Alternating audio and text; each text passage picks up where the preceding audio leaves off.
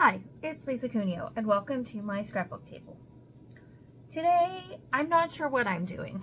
I started this layout months ago, and I wasn't happy with the background, so I just put it away, and I've been ignoring it. And I think today is the day that I need to figure something out, whether to keep going or to do something different for the background.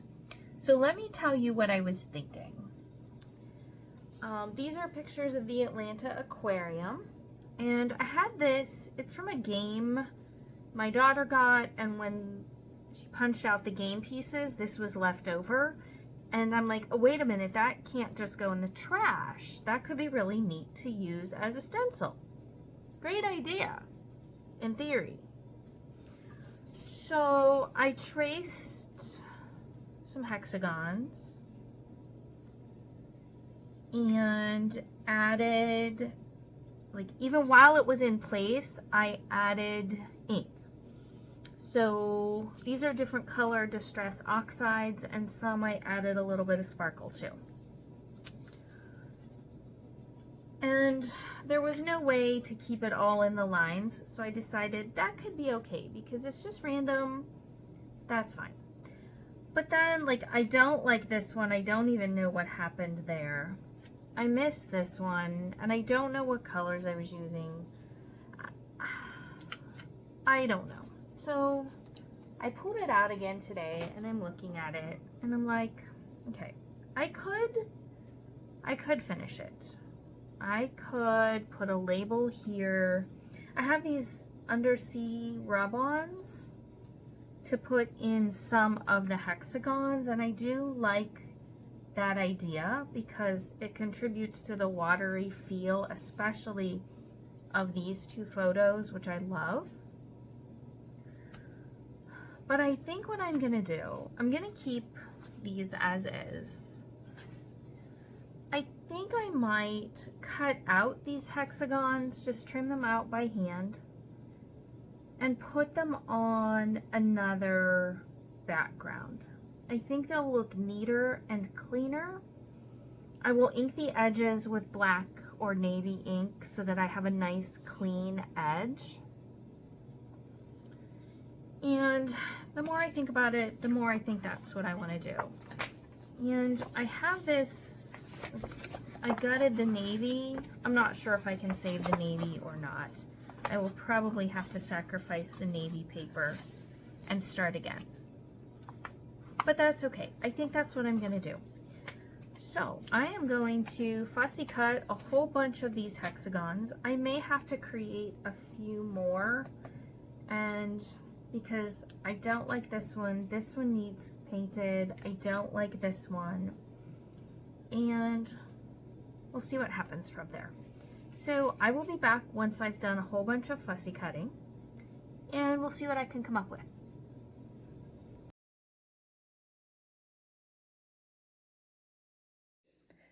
I'm back. I did lots of cutting and inking, and I ended up not using even half of the hexagons, so that wasn't very good planning on my part, but I have them for other projects. I'm going to use this wood veneer title from Some Assemblage Required. I pulled out a whole bunch of bits and bobs. Actually, only one tiny one ended up on the layout. The rest went back in my color bins. And I decided to do some stitching. My friend Tara has been stitching a ton, and her projects are just amazing. She is the Paper Snob here on YouTube. If you are not a subscriber of hers, I strongly encourage you to do so. And she inspired me to stitch. So my regular poker tool I can't find. So I found this, and it makes a little bit bigger holes than my usual one. So for the embroidery floss, I had to use the full 6 strands. I usually stitch with just 3, sometimes 4, but I had to use them all to make it show up nicely on these. And it's fine. I did a practice one in silver, like a silvery thread, and it was pretty, but it didn't show up very well. So I went to Hobby Lobby and grabbed some dark blue and I stitched them while Dan and I watched Kids Baking Championship one night. And then I pulled out these rub-ons. They were just really cheap rub-ons. I have no idea. I don't know for sure where I got them. I was shocked at how well they transferred. They were really easy to work with. Just rub over it with that little popsicle stick and voila. They even worked on top of the mixed media on the hexagons that I did. You can see I have a shark on one there. And once I had all of these, the ones that you see stitched, and they're also up on Stampin' Dimensionals, because of the thick embroidery floss on the back, I had to have something behind them to make them lay flat. To have hexagons all the way across the whole top and the whole bottom, I didn't like it. It was too much. I just was not happy with it. So I played around with them and came up with this arrangement that I enjoyed. And so I'll keep going with the rub-ons here for a minute, but then I move on. These are pictures, if I didn't already say it, of the Georgia Aquarium in Atlanta. This was one of the best things we have ever gone to see. People told me it was amazing, and I was still just, it exceeded my expectations several times over. If you ever get the chance to go, it is well worth going out of your way to see it and take a day there. We just loved it. We were just amazed so many times.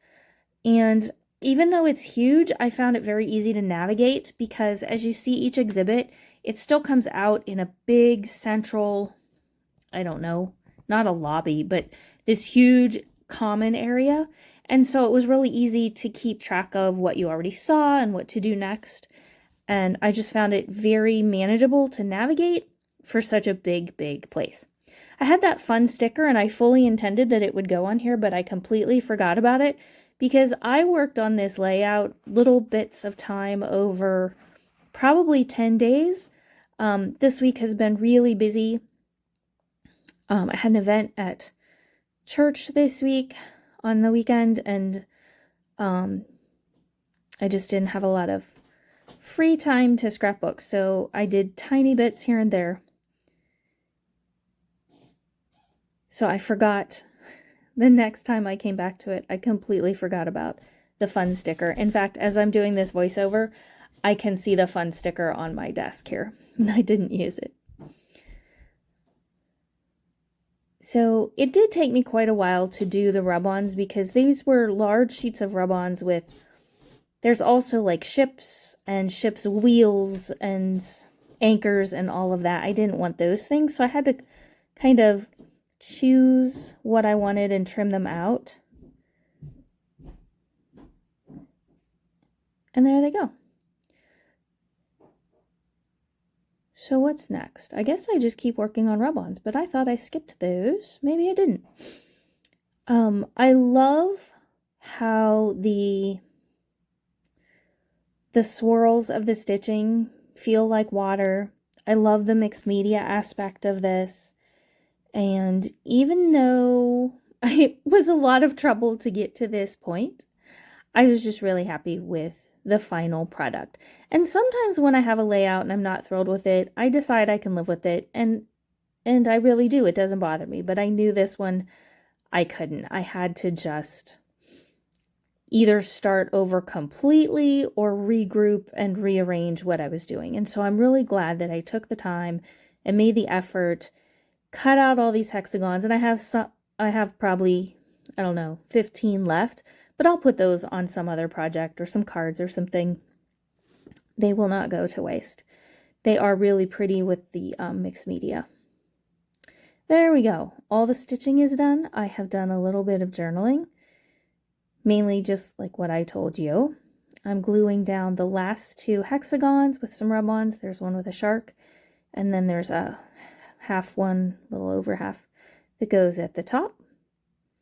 And then for my title, which is that wood grain piece from MK's shop, I decided that the wood just didn't feel quite right to have that much wood, and that was the only wood on the page.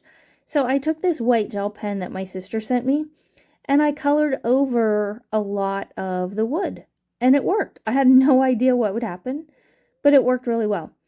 And I just feel like it works with the rest of the layout better now that I've added some white gel pen to it. And there we go. Peel off the backing, and it does seem like there's really good adhesive on that, but I added just a few bits of liquid glue. And there it goes. That's my title. And this is just about done. I'm so happy you joined me today. I would love to hear from you in the comments below. And I'm grateful for all my viewers. If you're new here, I'd love it if you would subscribe. Here are the still shots. And I hope you get to scrapbook something very soon. Bye-bye.